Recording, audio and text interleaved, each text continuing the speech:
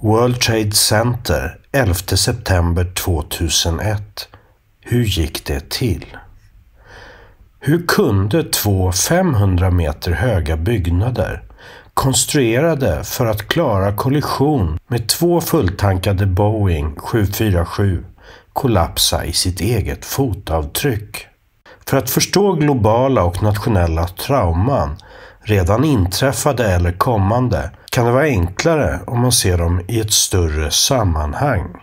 Olof Palme 1986, MS Estonia 1994, Pearl Harbor 1941, John F. Kennedy 1963, Drottninggatan 2017, Anna Lind 11 september 2003, World Trade Center 9/11 2001. Under åren har jag lagt ner många timmar på att förstå vad som hände på Manhattan 2001.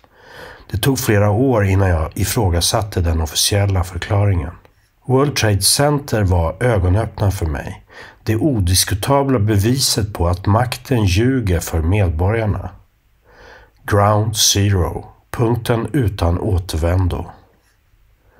Jag bedömer att Heinz Pommer har avslöjat sanningen om 9/11. Här kommer 2 videos från hans kanal. Länk i videons beskrivning. Innan vi ser filmerna vill jag påminna om att World Trade Center ritades med en rivningsplan. En rivningsplan som innefattade kärnvapendetonation 75 meter ned i berggrunden. Due to the eruptive nature of the destruction process of the World Trade Center, the Ground Zero model assumes a single source event, namely a pressure discharge of an egg-shaped structure of liquefied and highly pressurized granite situated 75 meters below the natural granite foundation. The source of energy is nuclear. The quote-unquote eruptive egg is created by a combination of a slow, progressive energy input with a final and nearly explosive reaction peak. Seismic shockwave and radioactive contamination above ground are significantly reduced to non-critical levels. The magic is achieved by 2 steps. The funneling down of an activated uranium-thorium mix, which melts through granite like hot lava through ice, an opened and water-filled borehole which does delay but not prevent eruption. After the final explosion or reaction peak, this borehole seals itself for a few seconds due to the friction of the upshooting melt on the cold walls, simply because the melt in the borehole cools down, getting first viscous and finally solid. However, the trapped energy already in motion tries to get out. By direct impacts of the atomic nuclei bumping into each other, energy is transferred upwards. Simultaneously, this constitutes an effective self-cleaning process. Radioactive nuclei from the fission process will stay at the reaction center. The erupting upper working gases are clean. The eruption lasts only seconds. The eruption channel seals itself immediately due to the side pressure of the surrounding viscous granite. Radioactive contamination stays underground, while the site stays hot for many months. Radioisotopes, if present at all above ground, are trapped and therefore masked in the iron-rich dust. The Geiger counter remains silent. Not quite yet. Now it is. All right. Time is given at the upper left. So we at 9 a.m.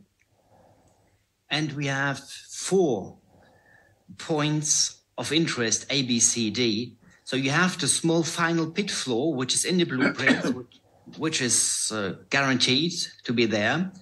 B is the supposed borehole, which is only 0.5 meters in diameter, so quite small. And Z is the first charge. I name this colors of point of emplacement, which is 50 meters below the final pit floor. And we have the explosion point, 19 meters lower, which is exactly at the elevation 0. So you have to understand that elevation 0 for the entire structure is an imaginary point in the granite 75 meters below this granite surface. So the entire tower is built from this reference point, elevation 0. And all the heights given in the blueprints are in relation to elevation 0. So you have the pit, A, you have the borehole, B, you have the engine, the reactor starting, the startup 1 hour prior to destruction, and you have the point of explosion. And the potholes, the 3 glacier potholes Lawrence mentioned, Valley 1, 2, and 3, are drawn in here. You see the excavators as a size comparison, but they are too far away for the process to be involved, at least for tower, for tower 2, obviously. So this is now for tower. Could I ask that we can see that the drill hole or borehole does not go all the way down to 0 point, elevation 0. Why is that? No, the borehole is to elevation 19. I know. Why not all the way down to D? I'll come to that immediately. Okay. So next slide is, well, I hope this works.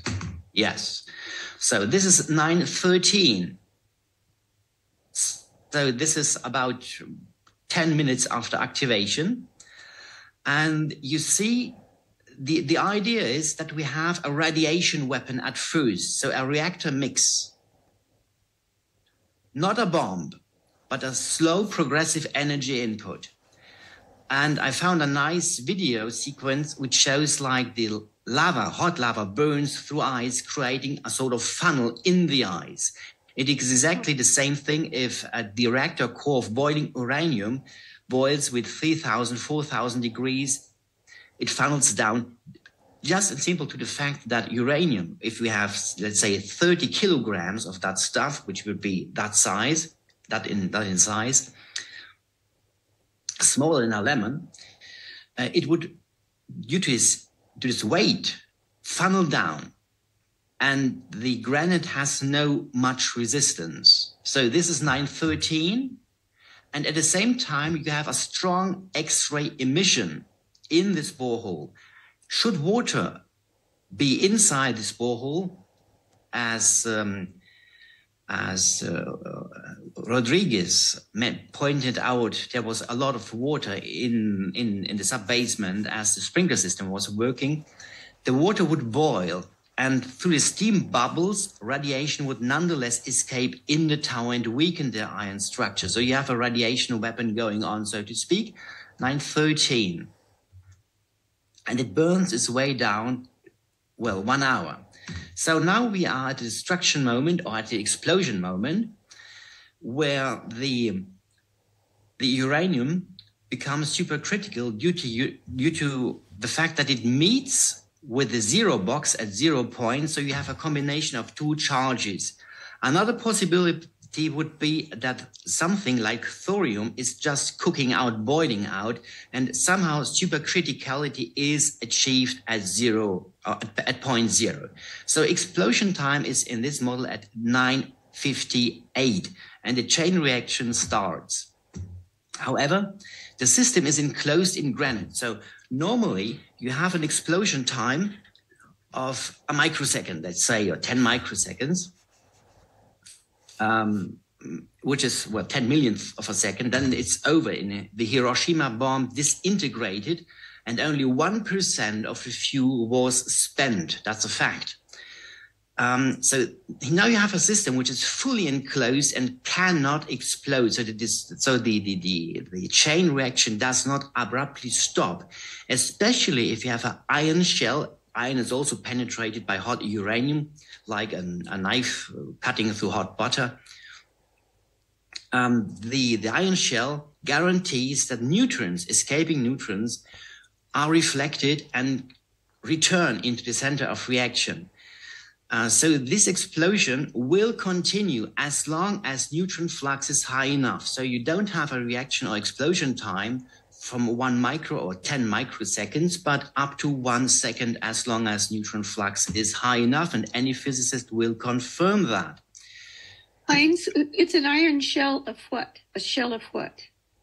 No, a shell of iron. You have an iron housing. The A element housing of iron what? is An an iron excellent housing. neutron reflector. So the uranium chain reaction starts, the neutron go off in all direction, and they are lost if they are not reflected. So you need some sort of reflector to get them back into the core. You know, I understand. Where is that iron shell? Is it Well, at the? In this model, it's sitting down there.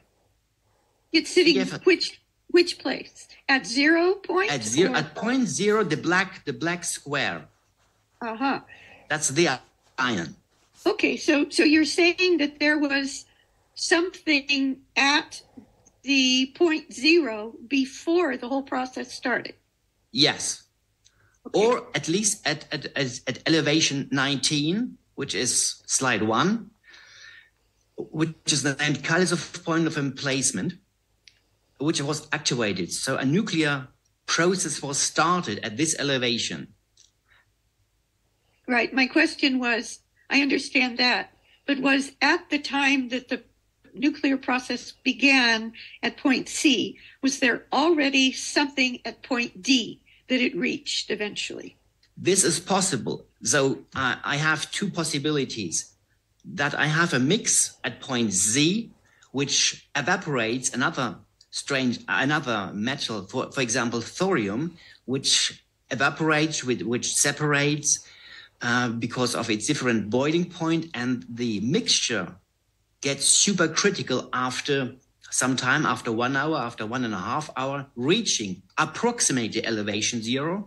Or the second possibility is that a second charge was waiting, a second block of uranium waiting to be combined with the first one. Which would have to have been placed before the construction of the towers if the well doesn't go down that far. Well, yes. I'd like to point out to Jane, if you notice, elevation 0 was actually in the blueprints. Yeah, that's correct. That's very important. Yeah, this is a very important point, because everything is referring to elevation 0. And for a physicist, it makes totally sense. I continue with the presentation. So the reactor core is boiling down. After 1 hour and a lot of energy input already, the system explodes, but it's not an explosion like an atomic bomb.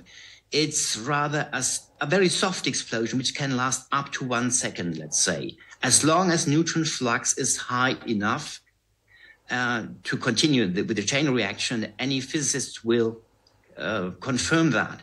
So then, under normal conditions, a sphere would form with radius r equal to 25 meters. This is to scale in respect to the South Tower. But we have an open borehole, and we have a cooler blue cap, so to speak, the melt cap, which will shoot upwards. The borehole is now filled with water, and the blue melt cap cannot shoot out like a bullet, but it has to rise. And this is the exact moment where the magic filter occurs. So due to the friction on the cold walls, the borehole at 100 degrees Celsius in contact with the melt will cool this melt down, and it will solidify. It will get viscous and then solid and seal the hole. This is 3 seconds after explosion. And the trapped energy, the melt is already in motion and tries to get out. So we have not the normal process which Lawrence described first, that suddenly a sphere is created, but we have a starting sphere which already has its way up defined and is reaching this, but it cannot break out because it's suddenly sealed. And this sudden seal guarantees that the melt has a preferred direction of propagation. This is very important. Now, the filtering process, there's something you can ask any physicist. If I can just show this. This is the Newton's cradle. You see that? Do you see this? Yeah. This principle is valid for Newton's cradle, the momentum transfer. It's also valid for billiard balls, and it's also valid for atomic nuclei. So if one incoming nucleus hits another nuclei, the incoming nucleus is stopped and the energy is transferred to the other nuclei, which is above.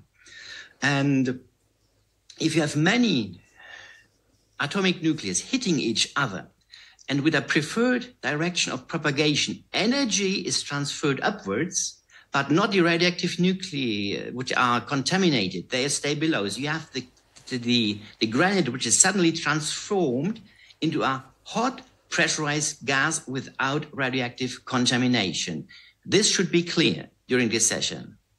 So then you have this eruptive egg. You have, by the way, a chopper signal, which shows certain blackouts, which coincides with the happenings underground, and this this eruptive egg is growing and is reaching finally the seal. So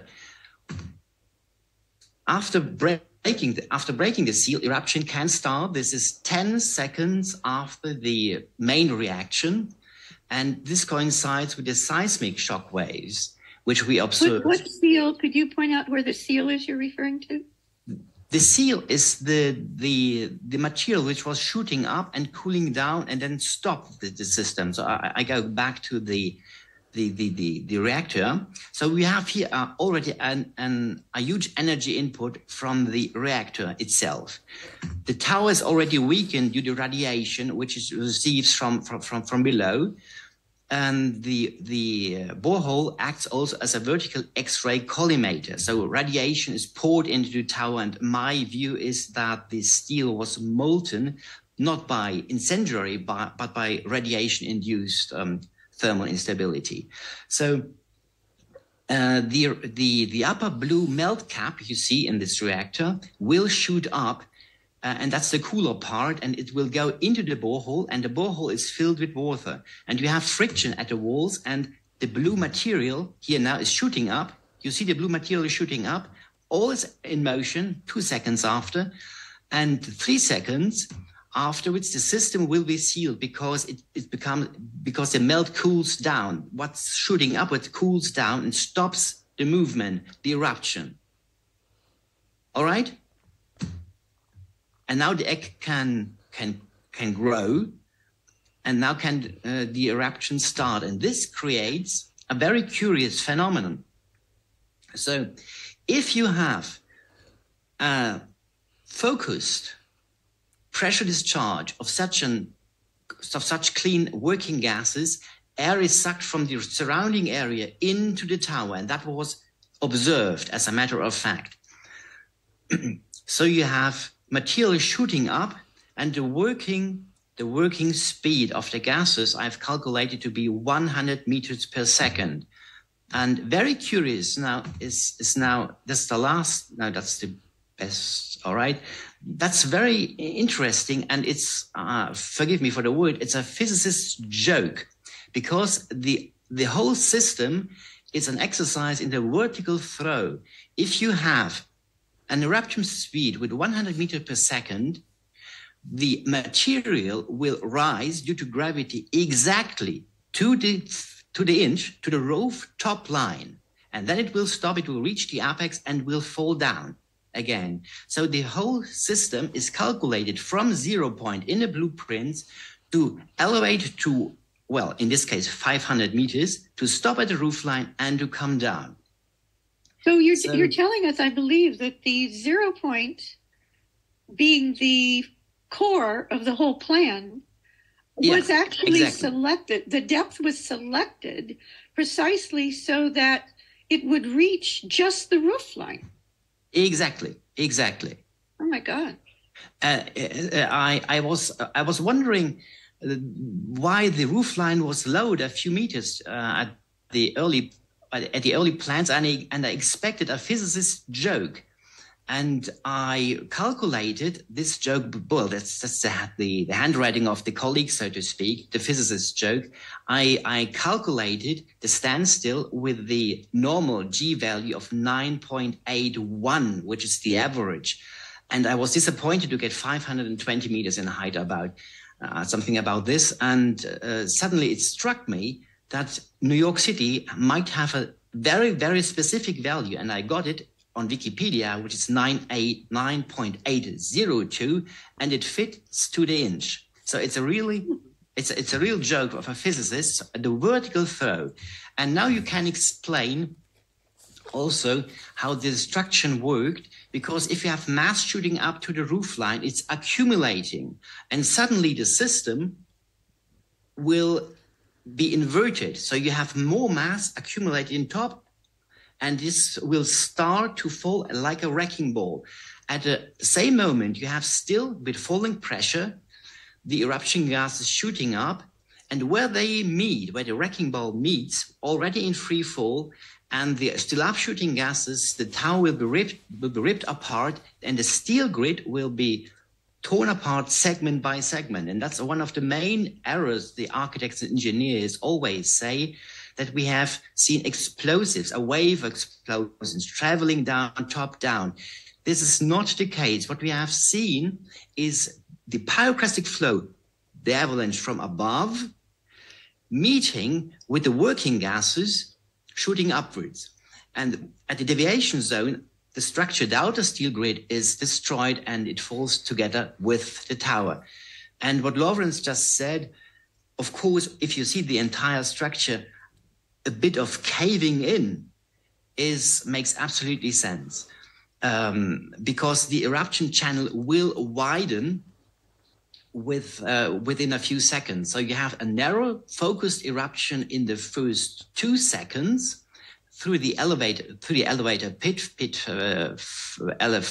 50, and it will widen a few meters until the system is sealed by the side pressure. So you will not have the entire contents spilled out, the radioactive contamination, but only the upper part of the clean eruptive egg will be emptied. Then the side pressure of the granite walls will seal and close again. Also, during pressure discharge, the egg will cool down, a natural process. And as soon as 2000 degrees are reached, the working gases can recondense.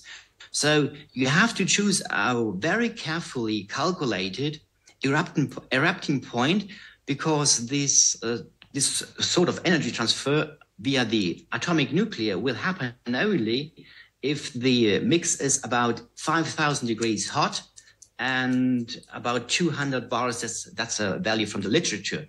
So at these temperatures, of course, the inner core is evaporated immediately. Molybdenum also at 4000 degrees is evaporated, and these small iron and metallic droplets are formed. They recondense in shape, forming in small spheres. All this has been observed, including the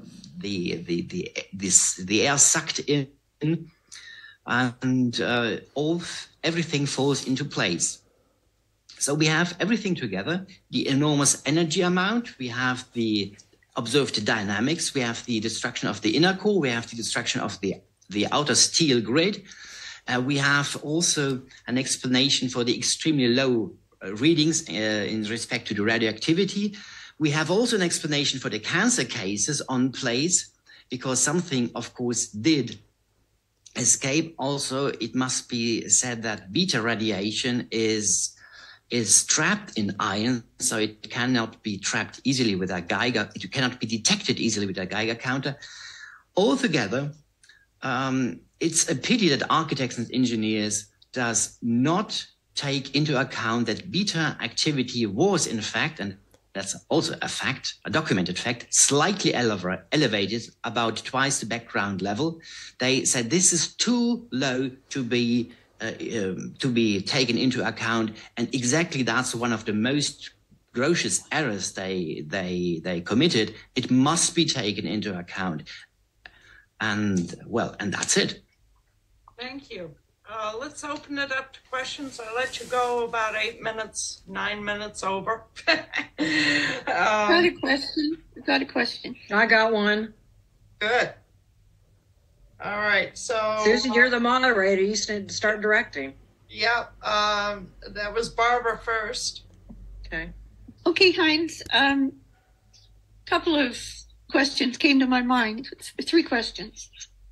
The first, and I'll say them all because they're quick. The first one is, given your model, could it be important that they locked the roof doors of the towers? That's number 1, which they did. They made the decision to lock them on September 11th, on September 10th. Yeah. That's no. number 1. No. No, not? Yeah, their decision. I, in my view, that's poor cruelty. Okay, so it's a coincidence as far as your model, though. Well, it has nothing to do with the model. So locking the doors is just to have the people roasted inside. Att låsa dörrarna var bara för att människorna skulle rostas inne i byggnaderna. Tack för att ni tittade. Stötta kanalen. Swish 0735 30 95 07 eller paypal.me/Martin Stensson.